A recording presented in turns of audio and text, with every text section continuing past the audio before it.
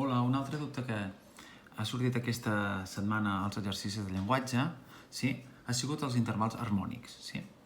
Us explico.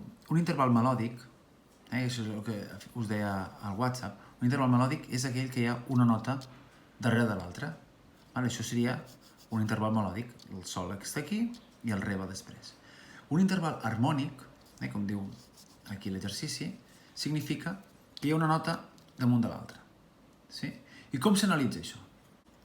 Anem a mirar, doncs, quan ens trobem dues notes una damunt de l'altra. Si ens fixem, aquest interval d'aquí, això seria un interval melòdic, perquè hi ha una nota després de l'altra, primer el la i després sona el mi. En canvi, això d'aquí seria un interval harmònic, hi ha una nota damunt de l'altra, fa, do. Si toquéssim qualsevol instrument, aquestes dues notes hauríem de tocar-les a la vegada. Llavors, com s'analitza això? Doncs igual que un interval normal. De fa a do, fa sol, sol la si, si do, és un interval de cinquena. No pot ser ni ascendent ni descendent, perquè les notes estan a la vegada. I ara mirem els tons i els semitons. De fa sol un to, sol la un to, la si un to, si do, mig to. Estem dient que és un interval de 3 tons i mig.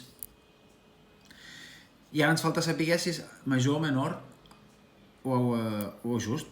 Però com que sabem que les cinquenes, fins on hem vist fins ara, sempre són justes, estarem parlant d'una cinquena justa. No podem dir si és ascendent o descendent perquè les notes estan una damunt de l'altra. Tota la resta de l'interval és exactament igual. Espero que us hagi servit l'explicació i tingueu els dubtes clars. Adéu.